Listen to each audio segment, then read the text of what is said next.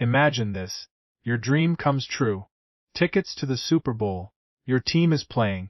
And you have no idea because the man you work for, the man you're supposed to trust, steals them right out from under you.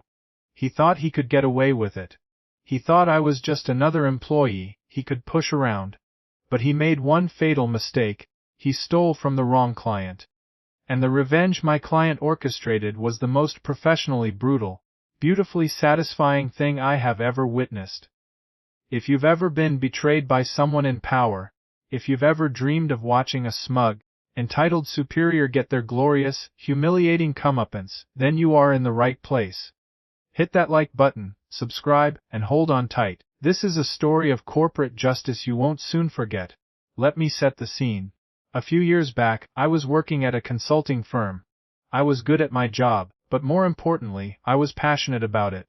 And my true passion, my religion outside of work, was the San Francisco 49ers. I was the guy in the parking lot at 8 a.m. for a 1 p.m. game, grill going, flag flying, surrounded by my people. I bled red and gold.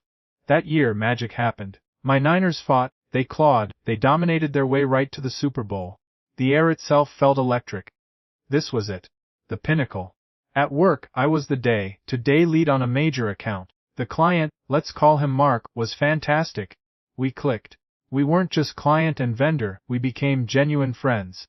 Drinks after meetings, dinners to debrief. He saw my obsession, the 49ers memorabilia in my office, the constant updates I'd share. A week before the big game, Mark pulled me aside. He was smiling. "I'm so pumped for you, man. Your guys are gonna do it." I remember beaming, just talking plays and predictions. What I didn't know, what I couldn't have known, was that in that moment, Mark had already set in motion the most incredible gift a fan could ever receive. He had access to a pair of corporate tickets. Not just any tickets, prime seats, on the 30-yard line. He wanted to thank me for my hard work, and he decided the perfect way was to send me to the Super Bowl. He was genuinely excited to surprise me. But he couldn't just hand them to me directly. Protocol. So he passed the physical tickets to the senior partner on the account, my direct boss, the man we will forever know as Dickhead Partner. His instructions were clear. These are for me. A personal thank you. Make sure he gets them. A game came and went, we lost. It was a gut punch. I moped around for a week, watching the highlights with a deep, sports, fan sorrow. But life goes on. A week or so later, I'm having drinks with Mark. The mood is light, we're moving past the loss, and then, casually, he drops the bomb. "Hey, by the way," he says, sipping his beer. "Why didn't you go to the game? I heard someone else was in your seats." The world just stopped. The chatter in the bar faded into a dull hum. My seats. What is he talking about? The game, the Super Bowl. I feel a cold knot forming in my stomach. A prickle of heat on back of my neck. I must have looked utterly bewildered. "What game?" I ask, my voice feeling distant.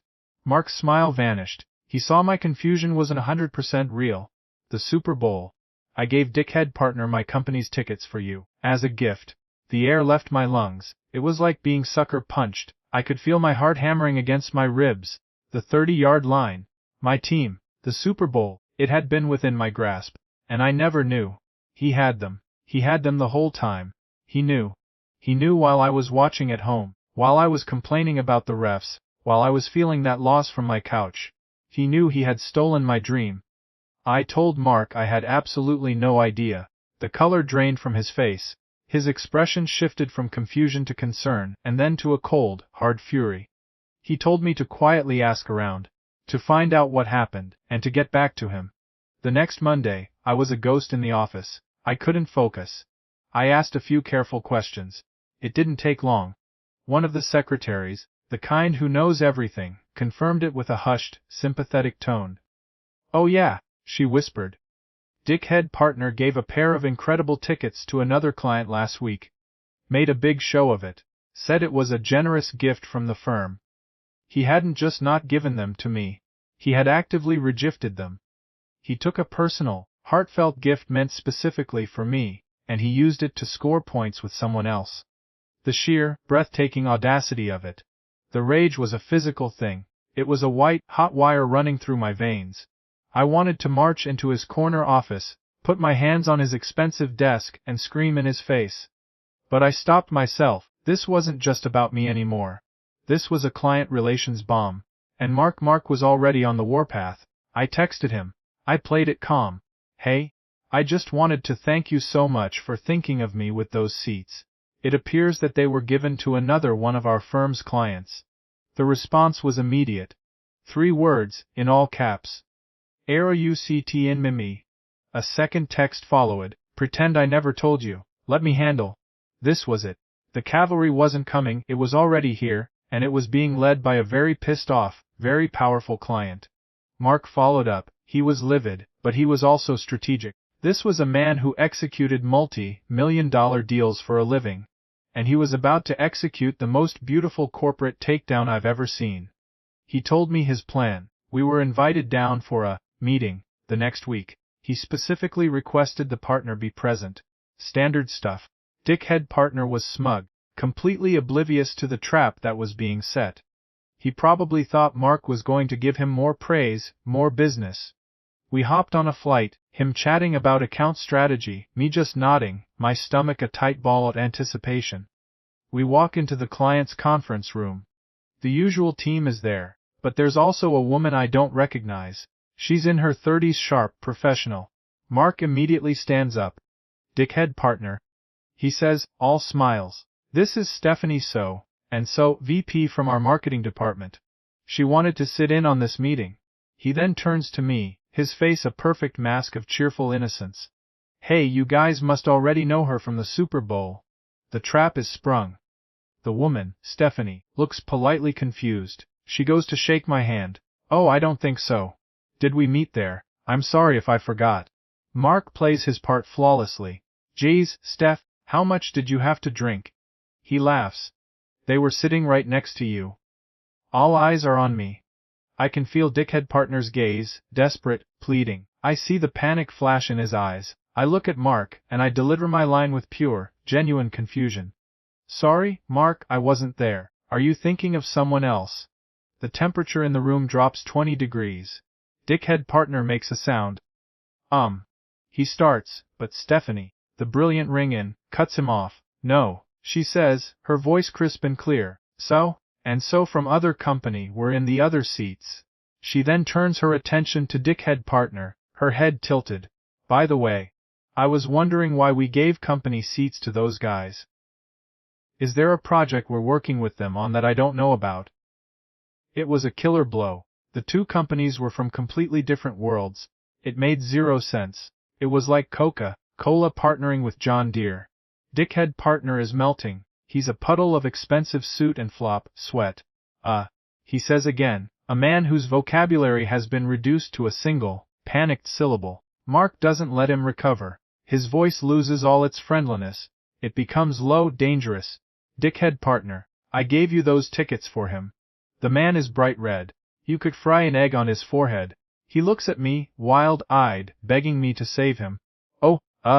Well, he wasn't able to make it. So he must have given the seats away to someone else. He's throwing me overboard. Mark gives me a tiny, almost imperceptible smirk. My turn. I look at Mark, my eyes wide with feigned shock. Wait, what are you talking about? Mark, you gave me tickets to the Super Bowl. That was the final nail. Mark's composure snapped. He slammed his hand on the table. Dickhead partner, those tickets were a personnel thank you gift from ME to Asham. Did you give them away to someone else? He let the question hang in the air, sucking all the oxygen out of the room. Was it another client? Dickhead partner tried to mutter something about a mix-up in the office, but it was a pathetic, dying gasp. Then, Mark went silent. He looked down at the table for what must have felt like an eternity to the man squirming in his seat. The only sound was the hum of the AC, and the pounding of my own heart. This was it, the verdict. Finally, Mark moved. He slowly, deliberately, gathered his portfolio and his iPad. He placed them into his briefcase with a definitive click. He stood up. I think this meeting is over. He looked at me. It seems as if I owe you a thank you gift. Let's go to lunch. Stephanie, you're welcome to join. Then he turned to Dickhead partner, a man who had just been professionally executed. Dickhead partner, I need to evaluate our relationship. Please go back home and expect to hear from us next week. The man, in a final act of desperation, squeaked out that he'd like to join us for lunch, to do damage control. Stephanie, the brilliant accomplice, turned to him and said with ice-cold finality, "I don't think that's a good idea." She picked up the phone and asked the front desk to see him out. The second the conference room door closed behind him, we lost it. The three of us erupted into hysterical, cathartic, tears streaming down our faces, laughter. The tension exploded out of us. Stephanie, it turned out, wasn't a VP at all. She was just a sharp employee Mark had recruited to play the part, a fellow Niners fan who was all too happy to help serve some justice. On the way to an incredibly expensive restaurant, my phone buzzed. It was a text from Dickhead Partner. "We need to talk. You need to cover for the firm." He was trying to pressure me, to make me complicit in his lie. I showed Mark. He just smiled and told me exactly what to text back. "Yes, we need to talk.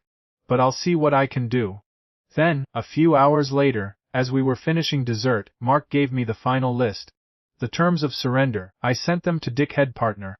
1. An invoice for the full resale value of the Super Bowl tickets. Not face value, resale. That was over $10,000. 2. An invoice for our extravagant lunch. 3. A direct personal apology to me. 4. A written apology to his company for what he called theft. And 5. He would only ever work with me or another partner from now on. Dickhead Partner was dead to him. The fallout was glorious.